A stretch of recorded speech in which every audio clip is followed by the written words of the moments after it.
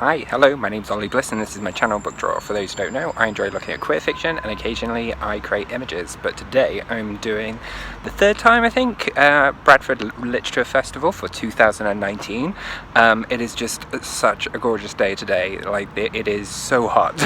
I am sweaty, I'm dressed in linen just to keep myself going, just to share, you don't need to know that at all. And I have seen a couple of things this morning and I'm just waiting to see another show.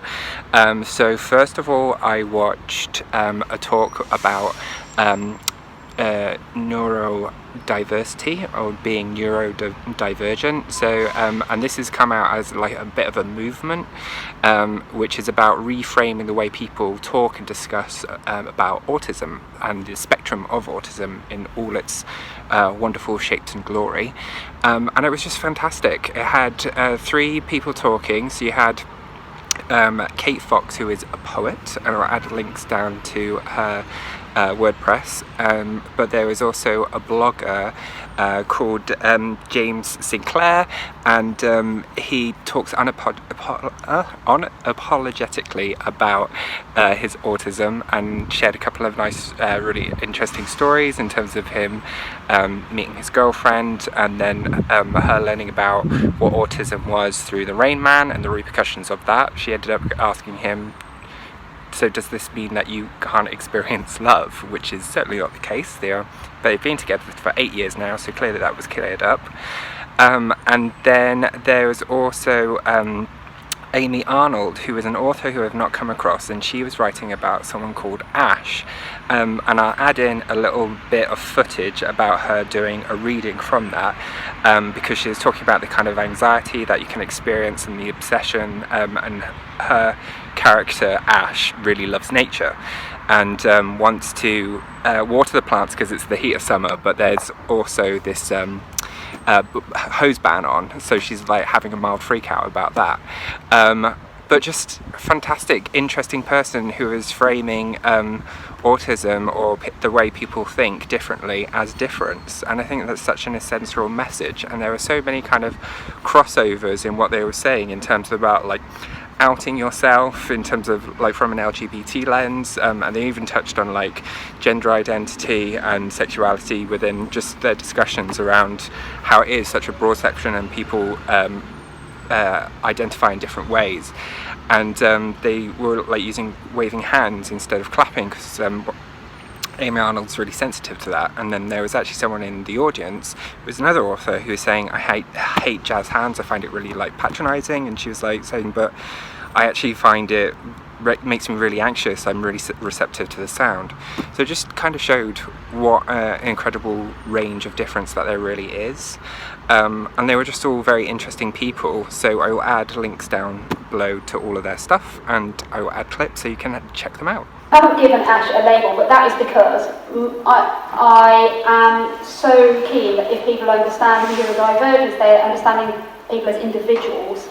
So Ash is literally, to me, she's a person, and she has lots of quirks. Is this a good word? Yeah. She has lots of quirks, and you know, she just looks at the world differently and processes things differently. And a lot of the book is actually, so it's about a family, Ash and her husband Abbott and her daughter Charlie. And what happens is Ash and Charlie, because Ash kind of miscommunicates with people all the time, they end up having to separate from each other. They pull apart from each other, and it's a particularly sad story because it's not because they don't love each other, but Ash has trouble communicating or understanding how people communicate with her. So it really was, for me, a book about communication, and how I just wanted people to understand how difficult it is to navigate a world when you're working within different parameters. You're quiet, she said once. Not like the rest of them around here, not like them at number 5. Can't stop themselves from hanging out their dirty washing, if you'll excuse the pun, she said. Then she stopped. She stopped hopping round. I don't know why she did. Perhaps we were so quiet she forgot about us. But how could she forget? Because even though we didn't make a lot of noise, we'd wave. We'd always wave, Charlie and I. We'd wave when we saw her at the window, and she must have seen us because we were right there in front of her window, but she'd look right through us or look away. Yes, She'd look away like she'd spotted a bird or something, and we'd look too. We'd turn to look where she was looking, but we never saw a thing. Joan caught me watering. It was after 10 and her curtains were drawn. I could see there wasn't a light on in the whole house, so I got the hose out. The flowers had shot up. They'd shot up, the flowers, the grasses, almost overnight. It was as if they needed to grow before the rain came. But the rain hasn't come, not yet, and by the time I went out there last night, they were bent over. All of them, bent over and withered.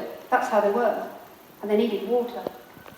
I turned on the hose. Right, that's because he said it came from autism, it sort of moved into dyslexia, dyspraxia. Some people would say, if you have depression, that's a different way of thinking. I would find it really interesting to see that we don't have a set definition of neurodiversity because we're not sure what neurodiversity is. We've moved into this thing now, and this is something I'm part of the problem, but trying to be part of the solution, that we're pushing this positive message about that even though the diversity is just the best, you get this alternative mind, you get all these quirks that can benefit you in so many different ways. But some people are challenged by it, and if we're trying to get neurodiversity to be this brand new thing, the emperor's new clothes, everyone's going to stop seeing the challenges that some people have. And it's really, I'm out there saying this is positive, this is positive, this is positive.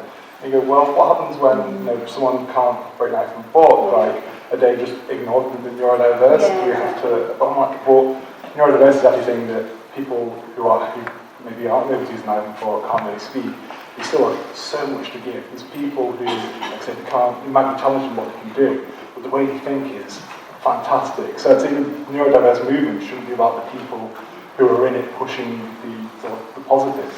It should be more about getting people to realise that positives are in there in everyone. They're autistic, but you get everyone who's autistic in the line. How do you tell what links them in terms of what they are like? It's that people see a spectrum as like here to here. If you're not independent, you're over here. If you're good at talking but don't really like social situations, you're over here. But really, it's a wheel. It's where everyone can be. It's where everyone can go. So people don't know where they are. So people start picking out things like, oh, that person can't talk. Can't talk in public. They're autistic. Or maybe they just love trains. Absolutely love trains. They're autistic. But it's not him. But it's 4 years to get a diagnosis at the moment. So if you don't give people a label or it's not hint that they might be autistic, they're not going to want to spend these 4 years trying to find it. So it's such a tricky thing that people saying that I'm a bit autistic, because you don't want to disregard it, because then they might not get that diagnosis that you need. I then saw the lovely Jen Campbell, and she was doing a history of Snow White. And she's just amazing, isn't she? Like, it was just so interesting to, because she was going through all the rich heritage of fairy tales, all the kind of gruesome details that is often missed out in terms of the way it is presented through Disney. And she has done videos. I'll add a couple of links down below for those ones. Bit of wind. Fairy tale, myth, legend, and folklore, because they kind of do cover similar ground, and certainly stories that may fall under these categories could fall under the same categories too, but there are some general distinctions which I wanted to mention. So myths on the whole, there are always exceptions, myths on the whole tend to be based on religion. And then we have legends which are based on real life events. Legends can then turn into fairy tales as time passes and people start to forget the real life event that it was based on. And a prime example of that is the Pied Piper of Hamelin, which is a fairy tale I'm sure most of us are familiar with, but it is based on a real life event that happened in 1284 in Hamelin. And no one really knows what actually happened because the records are really sparse. But in a church in Hamelin there is a book there that in which is written, "It is 100 years since all our children disappeared," which is slightly haunting and weird. There's still a street in Hamelin where you're not allowed to play any music at all. And there are various theories as to what happened to the children of Hamelin. It might be that there was a plague and that they all died. One speculation is that there was the Children's Crusade and that they were recruited and taken away. So no one really knows what happened, but that is a real life event that turned into a legend that then became a fairy tale. later. You're going to tell them things about you that you think suit that situation. If you're in an interview for a job, you will cherry pick certain things that you think will make you sound good in that position. If you're on a date, you will probably say something entirely different. We are constantly curating stories about ourselves and the people around us, from introducing ourselves to gossip. We tell stories all the time. They're a way for us to communicate with each other, to connect with each other, and to also divide us too. So we could say, okay, we as a group of people, we're like this because we have these shared beliefs and stories. These other people, they're like that because they have other shared beliefs and stories. So stories can be used for good and for bad as well. And fairy tales feed into all of this. Saying her until the moon starts saying her daughter, which makes her very cross indeed. And she chases her daughter away into the woods, where she finds a cabin. And in this cabin, there are no dwarfs, there are no months of the year, there are no robbers, but there is a prince who's asleep in a glass coffin. So we kind of have this role reversal in this one, which I find really interesting. So he finds a prince in a room full of treasure. And the prince, there's a voice in the room that tells her that she has to care for the prince for 7 years, which she dutifully does. And then after 7 years, the prince wakes up. The mother has been unable to find her in the woods because it's a big wood and she doesn't know where to look. But then once the prince wakes up and he proposes to the woman who's been looking after him for 7 years, she can find out where she is, because suddenly when she asks the moon who is the most beautiful person in all the land, she says the princess of Adana. So she knows that her daughter must have married the prince. So she goes to find her and she gives her a poisonous ring as an apology. And the princess puts it on and she collapses, and the prince says, that's okay, I'm going to care for you in the same way that you cared for me. And he hires doctors from all over the land to come and cure her. And no one can until one doctor decides to steal the ring, and when he steals it, she wakes up. And then they live happily ever after, and the mother dies from anger, which is a new one too. But after the Second World War, the UK government treated him appallingly because they found out that he was gay.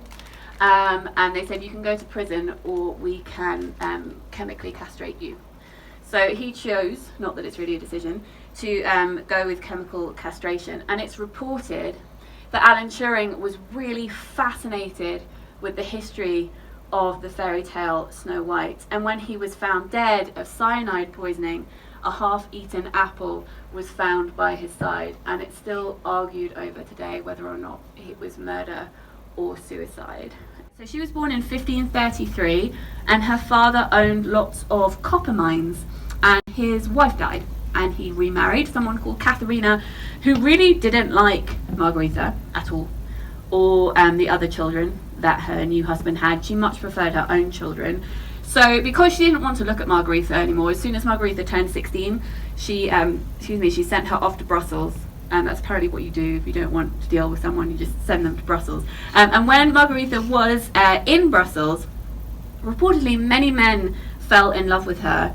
But she only had eyes for one of them, which was Philip, who was going to become the Prince of Spain. But unfortunately, before they could get married, Margaretha died in really suspicious circumstances, and there is a lot of speculation that perhaps the King of Spain, who wasn't very happy with the match, and the stepmother of Margaretha, Katharina, had colluded and decided to have her murdered together. She also showed a retelling of different fairy tales in terms of ones which are contemporary today. I will add some images of those two next so that you can see them.